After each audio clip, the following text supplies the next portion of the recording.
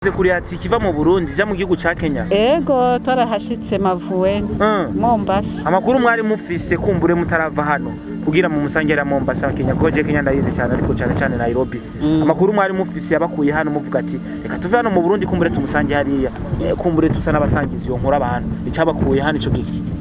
Twabo. Hari abantu no musi bakoresha social media mu bubenshi kugira bashobore kubona amafaranga. Hari abantu bakoresha no musi social media kugira batange inkuru z'ukuri nahone kugira bashobore kubona amafaranga. Hari abantu bakoresha social media ku nyungu z'abene gihugu ugasanga no ku ruhande rwiwe nta nyungu akeneye. Rero bari abantu bakoresha social media kugira binjize amafaranga babeshe. Baza gutanga rero za nkuru zitarizo zikakigona abantu nakubwiye ati bagifise ivyumviro byo muri 1950 bakazifata ko arizo kandi atarizo. Bisigura iki rero abantu rero nkabo so samugi turabakeneye.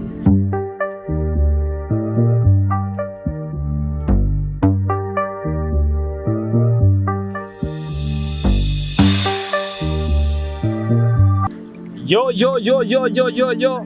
Yes, abakozi ba Star TV ndabaramukije amahoro y'Imana abane namwe mwebwe dukurikirana, mwebwe mwese mudasiba kudushigikira, mwebwe mwese mudasiba kuraba ikiganiro gica kuri Star TV.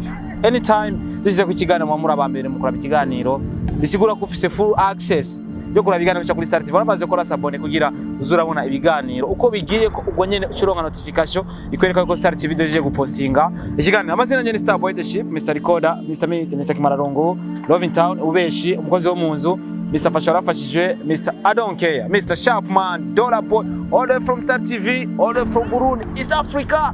Africa that's no questions. I love support everybody in our country. Love it if you love me. If you don't, cyana kuzanira bagusengera hanye. If you don't, cyanguzana samdina dimanche ngaba manze bagusengere. If you don't, cyana kuzana ngaba manze bagusige amavuta. Evangelist Ezekiel achagusiga amavuta so samedi na so dimanche. Ni le 28 na le 29 ukaba uronse amavuta adasanzwe. So turi ku kibuga cy'umupira w'amaguru ETS Kamenge. Mwese murakizi iki kibuga tutegezwa kucuzuza. Kuno musa ariko inkuru iri kwiravuga muri kano kanya turi ku mavi cyane dusengera mu bagabo ngo bitwa Chimamanda kugira kumbure nawe azoba hari. Ashobora kuba adahari akabikwikana kuri live. Dushobora kubikora bigaca live tukamurungikira link kugira kizwi. Gorazi ko muri kano kanya inkuru yari maze imisi iri kwiravugwa kumbure reka tuje neza na neza mu bakijyo cyane mu bavuga butumwa mu bantu basenga. Murabizi ko mu bagabo bita Chimamanda akunze kuvuga cyane ku bakozi b'Imana, abakozi b'Imana barabesha. Yes, nibaza ko rero ibitangaza byama byabaye. So samedi na dimanche tuzobona ibitangaza bitandukanye aho abantu mudasenga canke mwafunze umutwe kumbure mutazi Imana icari cyo muzovuga ati ibitangaza bibaye niba abapasteri babaye. Hagiye kuza umu evangeliste kuva mu gihugu ca Kenya, nibaza ko adafise abantu bazinanye bo ngaha kumbure ibitangaza bimwe tuzobibona. Ba bantu biboshe babohoke bibohore bonyene ku ruhande rwabo, ariko abantu baboshe bazobohorwa kubera ko baraboshwe so bazokwibohora, ariko umuntu yiboshe bisaba umunsi ko azibohora. So nibaza ko azoba ari ibitangaza bidasanzwe. Ndikunda kwereka how stage iriko irubakwa, stage yavuye kwa mama buntu ex premier dame stage nziza cyane yavuye kwa mama buntu. Ni stage imeze neza cyane, izo biriko irabera ko ibitangaza bitandukanye. Abantu bazosengerwa bakire, abantu bazotambiraho nyine umuziki umuziki mpimbaza Imana, hazoba hari vibes zidasanzwe. Rero ni so samedi mbese na dimanche impamvu nariko nazanira bya Chimamanda actually nibaza ko hari ibintu biba sometime ugasanga ari abantu badatahura ico bita social media. Kubera ko badatahura social media bikaza gutuma kubera ko badatahura social media ikintu cyose uvuze kuri social media nubwo abari ububeshi bakagifata umengano ukuri or nabwo abari ukuri. Kubera ko narakubwiye ati kuri social media ya Facebook hariho abantu uno muzi turi muri 2027 ariko ugerageje kuraba ivyumviro byabo cyangwa iterambere ryabo ugasanga baracyari muri 1990 guco. Bisigura ku kintu cyose uzana kuri social media bacakira umenga nico ni handi se tubona ama commentaire ari negative atari positive, ariko nibaza ko kuno mwanya so samedi abantu bagifite ivyo vyiyumviro nk'abari abantu tubikeneye. Ayo mpamvu namvuga ati mu kuja gupostinga inkuru, postinga inkuru kwanza wiyumvira ati hano hano ngiye gupostinga inkuru hashobora kuba ari nka 50% z'abantu bakurikirana social media ariko bataratahura ati social media ni iki ikora gute. Hari abantu n'umunsi bakoresha social media mu bubeshi kugira bashobore kubona amafaranga. hari abantu bakoresha no muri social media kugira batange inkuru z'ukuri nahone kugira bashobore kubona amafaranga. Hari abantu bakoresha social media ku nyungu za bene gihugu ugasanga no ku ruhande rwiwe nta nyungu akeneye. Rero bari abantu bakoresha social media kugira binjize amafaranga babeshe, baza gutanga rero za nkuru zitarizo zikakigona abantu nakubwiye ati bagifise ivyumviro byo muri 1900 bakazifata ko arizo kandi atarizo. Bisigura iki rero? Abantu rero nkabo Sosamudi turabakeneye. Sosamudi tuzokubita igisirimba ubutakiza zokiga ku nguvu. Igisirimba nico tuzotamba. Sosamudi so dimanche tuzoba turi kuri ETS Kamenge, nta handi hantu tuzoba turi. Hazoba hari abantu bakomakomeye gusa mwivuga butumwa. I bless you. Wari kurankurikirana, I bless you. Wowe kurikirana Star TV wose uri kurankurikirana muri kano kanya, I bless you. I bless you my brother, my sisters, my brothers. I bless you kabisa. Ndabahezagiye. Rero bisigura iki rero kuri ETS kuva 2 z'agatondo nimba ntibeshe. 2 z'agatondo tuzoba turiko turanezerwa. Ibaze nk'ubu unye Imana igakiza ngo tuje mu ijuru ku munsi wa gatandatu turi hano. Byo kugora ko hose bamwijoro kabisa. Ibya byose wakoze nazi uwo munsi nyene uzo uri kurabisengera usaba imbabazi Imana. Ega abantu twibuka gusaba imbabazi bamwe tugeze muri eglise. Je namavuga ati eglise bayita mu Cyongereza Gate of Heaven. Eglise ni Gate of Heaven. Kirundi biraza kungora gutahura ariko nibuzi Cyongereza shaka gutahura. Gate of Heaven nibaza ko ari umuryango w'ijuru. Ni umuryango w'ijuru, ni nk'umuryango w'ijuru. Gate. Nuko so rero igihe rero ni ku munsi wa gatandatu no ku munsi wa Mungu nta zindi gahunda dufata tarizo. Nabonye rero n'aba mama bazindutse kumbure bashoboye gushika hano nabo kugira baze gusenga Imana kwera ko Imana twese turayisenga kwera ko Imana twese nitwe yaremye twese Imana. Rero nkaca ntangazwa n'abantu buri gihe basenga iyo bibutse ko bari mu bibazo. Ugasenga kubera ko ushonje wifuza ko Imana ikugaburira, ugasenga kubera ko ugwaye wifuza ko Imana igukiza. Oro wari ukwiye gusenga utaragwara kugira Imana ikurinde kugwara. Apana yuko ashaka ko basizwa amafuta kabisa nibo basengeye imvura kumbure Imana ihezagire bino bikorwa by'ino munsi kumbure ku munsi wa gatandatu no kwa Mungu tuzobe twishimye cyane. Mama nibaza ko muri abarundi kazi no munsi tugira tuganire nabo gato. Mama muri abarundi? Yego. No munsi mwahageze mu kibanza.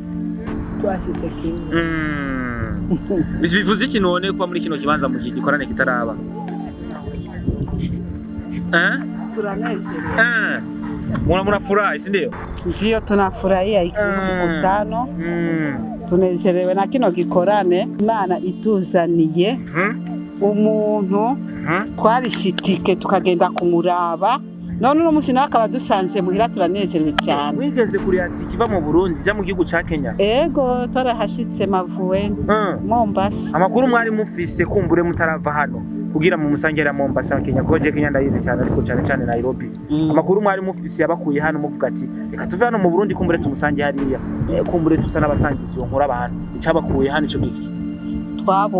Twamubonye muri televiziyo. Tumaze kubona muri televiziyo tubona abantu bashinga intahe tubumva ingene asenga twumva n'ubutumwa turavuga tuti tuzogenda uyu muntu aha hantu tuhashike Mombasa. Turapakira twipakirije ajya kwa Siyoni turagenda turashikayo nukuri twaguwe neza. Twabonye Imana. Nibiba byoroshe gufata itike yawe ukagenda mu kindi gihugu kugira ushobore gusenga urazi ko abantu tutaratahura ijambo usanga bigoye ko dufata itike yacu kumbura ico kintu cyakujemo gute kumbura uvuga ati uno munsi harageze ko nshobora gufata tike akwirikira Imana. Twebwe dusanzwe turaba Kristo. Dusanzwe twarakishijwe twarakiriye Kristo kuba umwami n'umukiza mu bugingo bwacu. Urazi ko ijambo ry'Imana ritubwira ngo mubanze murondera ubwami bw'ijuru ibindi buzobyongerwa. Twebwe rero twaramenye Kristo twaramwizeye. Twemera kwitandukanya n'ibyisi. Twemera gukurikira agakiza.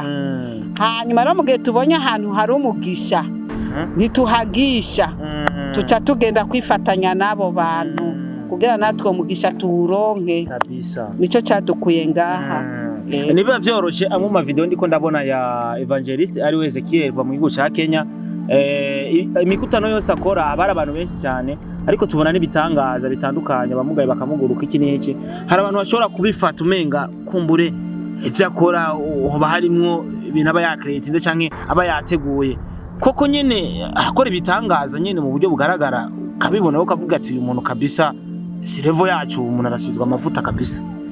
Basha bijya bintu babona ntabwo ari ibintu aba yakoze, nibiko biba byabaye kurya nyene babibona, kuko twebwe twarashitse ahakorera, turashika nyene arutari wibiri, byose tuba twari duhari mu ntebe, basha twaricaye turabibona. Bisigura ko ku munsi wa gatandatu no kwa Mungu ebana umuntu azoza hano afise kwa gatandatu no kwa Mungu ntagire uzosiba. Umve aya n'amahirwe tugiriwe, umve hageze igihe Yerusalemu yagenderewe ntibabimenya, baza kukurikira kumva umuntu yaragiye.